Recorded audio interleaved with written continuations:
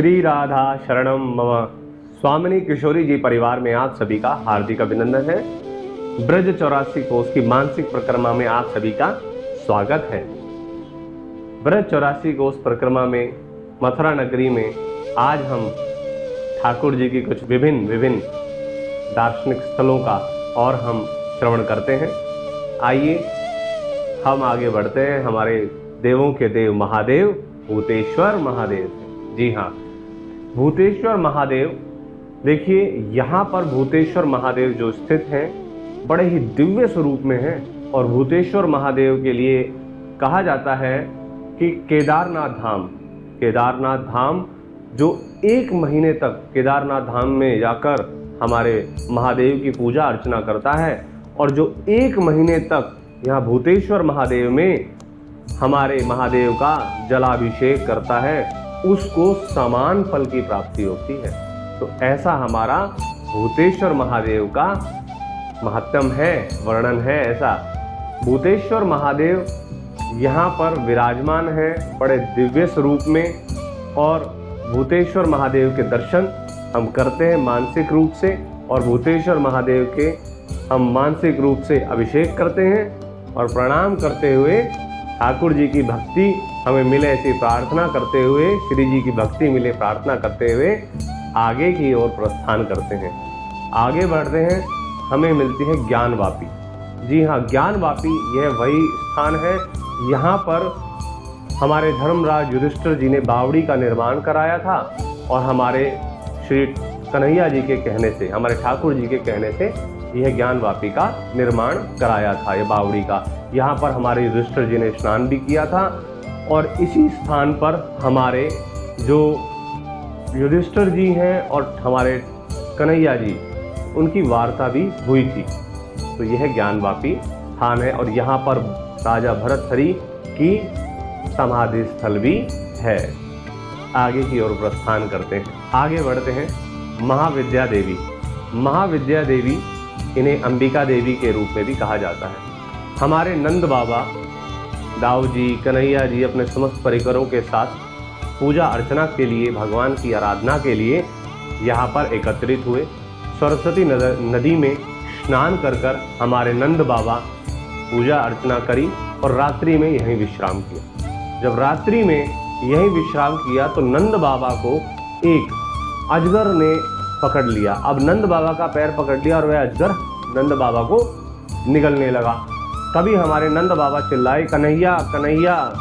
तो हमारे कन्हैया, हमारे ठाकुर तुरंत ही वहाँ पर आ गए और आकर जैसे ही उन्होंने उस अजगर के ऊपर अपने चरण को रखा तो वैसे ही वह अजगर एकदम से अपना रूप छोड़कर एक दिव्य गंधर्व के रूप में आ गया। और उन्होंने कहा, मुझसे प्रभु अपराध हुआ था, मैंने अंगिरस ऋषि का अपमान किया था, तो मुझे इस कारण यह योनि प्राप्त हुई, मुझे इस कारण यह अजगर का जन्म लेना पड़ा। आपकी कृपा से मेरा उद्धार हुआ है। तो यह यहाँ की जो हमने एक छोटी सी आपको प्रसंग है सुनाया। तो आइए प्रणाम करते हैं अंबिका माँ को और आगे की ओर प्रस्थान करते हैं। अगला है रजक बंध। जी हाँ, रजक बंध, यहीं पर यह वही स्थान है जहाँ पर जो कंस का धोबी था वह अपने कपड़े धोता था। अब कंस का धोबी जब मिला, ठाकुर जी और भैया बलराम जा रहे थे, तो उन्होंने कहा कि हमें थोड़े से वस्त्र चाहिए। अब धोबी से बोले कि हमें थोड़े से वस्त्र चाहिए। अब धोबी ने तुरंत ही उपहास करा और हंसते हुए बोला, जाओ जाओ, यह महाराज के वस्त्र हैं, जाओ कहीं और देखो। जब ऐसा उनने कहा, ठाकुर जी धोबी के पास गए और अपने हाथ के अग्रभाग से धोबी के गर्दन पर प्रहार किया और उसका सर धड़ से अलग होकर दूर गया और उस धोबी का भी उद्धार किया। कहा यह जाता है अन्य कथाओं में कि यह वही धोबी था जिसने जब सीता माता के ऊपर, जब हमारे श्री रामचंद्र जी 14 वर्ष का वनवास काटकर सीता मैया के साथ अयोध्या आए थे, तब इसी धोबी ने ही वहाँ पर प्रभु के लिए और सीता माता के लिए जो कहा था कटु वचन, यह वही धोबी था। परंतु प्रभु ने कहा, उस समय मैं मर्यादा में था, मर्यादा पुरुषोत्तम के उसमें रूप में था, मैं ऐसा नहीं कर सकता था। आज प्रभु ने वह बदला लेकर इस धोबी का भी उद्धार किया है। आगे बढ़ते हैं दर्शन के लिए। गोकर्ण महादेव, जी हाँ, गोकर्ण महादेव, एक प्रसंग हम आपको सुनाते हैं गोकर्ण जी का। गोकर्ण जी और धुंधकारी, भागवत जी में यह प्रसंग है। धुंधकारी गोकर्ण जी के भाई था और धुंधकारी बड़ा ही व्यभिचारी व्यक्ति था। वह शराब पीना, मांस मदिरा और अन्य व्यसन करना, सब चीजों में संलग्न रहता था। तो धुंधकारी को इसी तरीके से उसकी मृत्यु हो गई और वह प्रेत योनि में को प्राप्त हो गया। अब प्रेत योनि को प्राप्त हो गया तो धुंधकारी गांव वालों को परेशान करने लगा, सबको सताने लगा। तो सभी गांव वाले जाकर हमारे जो गोकर्ण महादेव हैं उनके पास गए, उनसे विनती करी। गोकर्ण महादेव के सताने लगा, सभी गांव वालों को परेशान करने लगा। तो सभी गांव वाले गए और हमारे गोकर्ण जी के पास जाकर विनती करी। गोकर्ण जी इनका नाम क्यों पड़ा? क्योंकि यह गौ माता से उत्पन्न हुए थे और इनके कान बड़े बड़े गौ माता के समान थे। तो जब गोकर्ण जी के पास गांव वाले गए, उन्होंने कहा कि हमें बचाइए महाराज, यह तो बड़ा परेशान करता है प्रेत योनि में। तो गोकर्ण जी ने धुंधकारी को प्रेत योनि से मुक्त करने के लिए साप्ताहिक भागवत कथा का श्रवण कराया। धुंधकारी बांस के रूप में वहां पर कथा श्रवण के लिए बैठ गया और हमारे गोकर्ण जी ने साप्ताहिक कथा सुनाई। एक एक दिन में एक एक बांस की गांठ खुलती गई, 7वें दिन बांस फट गया और धुंधकारी को मुक्ति मिल गई। ऐसी भागवत जी की महिमा है, भागवत कथा की महिमा है, जो हमारे परम विरक्त श्री सुखदेव गुरुदेव ने परीक्षित मुनि जी को सुनाई थी। तो यह जब हुआ प्रसंग, उसके बाद हमारे गोकर्ण जी यहीं मथुरा नगरी में आकर महादेव जी की पूजा करने लगे।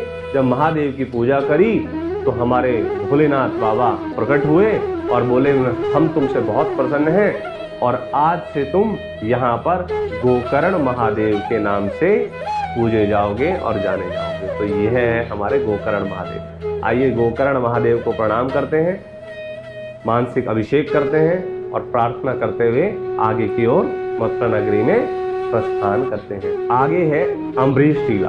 जी हाँ, अम्बरीश टीले के बारे में हमने आपको पहले भी बताया था प्रसंग में। यहीं पर ही दुर्वासा ऋषि जो थे और अम्बरीश जी थे, इनका जो मिलन हुआ था यहीं था और यहीं पर ही हमारे ठाकुर जी का चक्र आकर रुका था। जब दुर्वासा ऋषि की रक्षा नहीं हो पाई थी कहीं भी, तब पूरे 1 साल तक दुर्वासा ऋषि घूमते रहे थे सारे में, पूरे ब्रह्मांड लोक में, सभी में उन्हें कहीं ठोर नहीं मिली। तो दुर्वासा जो ऋषि थे हमारे यहीं पर आकर ही उन्होंने अम्बरीश जी के पास रुके और फिर तत्पश्चात उनको चक्र ने कुछ नहीं किया।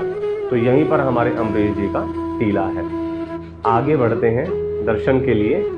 अगला जो दर्शन है हमारे मथुरा नगरी में, वह है अगला जो दार्शनिक स्थल है, वह है मथुरा नगरी में दीर्घ विष्णु। अब दीर्घ विष्णु क्या है?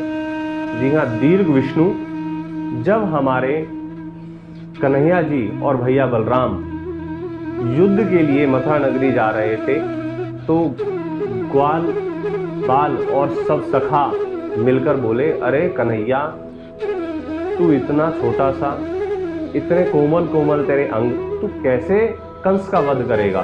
तब हमारे कन्हैया ने उनकी बात सुनकर चतुर्भुज रूप धारण करके उनको दर्शन दिए।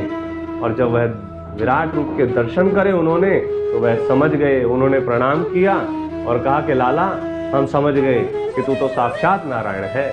और तत्पश्चात हमारे कन्हैया ने पुनः अपने रूप में आकर और सब बड़े हंसते गाते हुए मथुरा नगरी की ओर प्रस्थान करे। यह था दीर्घ विष्णु धाम। प्रणाम करते हैं। अब आपसे मिलते हैं अगले प्रकरण में, मथुरा नगरी के कुछ और दार्शनिक स्थलों का दर्शन करते हुए। तब तक के लिए हमारे चैनल को लाइक करिए, सब्सक्राइब करिए और हाँ, शेयर नहीं किया तो शेयर कर दीजिए और प्लीज़ बेल आइकन प्रेस कर लीजिएगा, जिससे आपको सभी नोटिफिकेशन मिलते रहेंगे। तब तक के लिए आप सभी को जय जय श्री राधे।